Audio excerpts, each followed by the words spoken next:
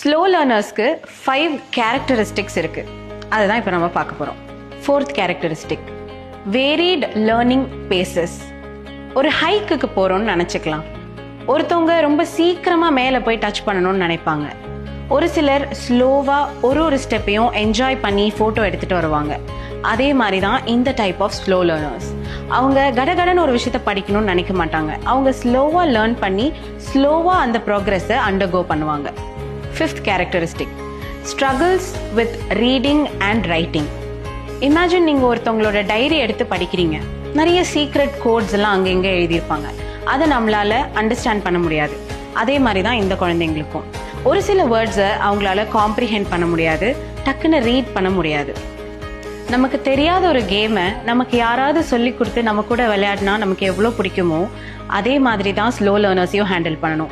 அவங்களுக்கு தெரியாத ஒரு விஷயத்த அவங்களுக்கு பிடிச்ச மாதிரி அவங்களுக்கு எக்ஸ்போஸ் பண்ணி அதுக்கப்புறம் அவங்களுக்கு டீச் பண்ணால் அவங்களால ஈஸியாக அதை அண்டர்ஸ்டாண்டும் பண்ண முடியும். They will enjoy learning.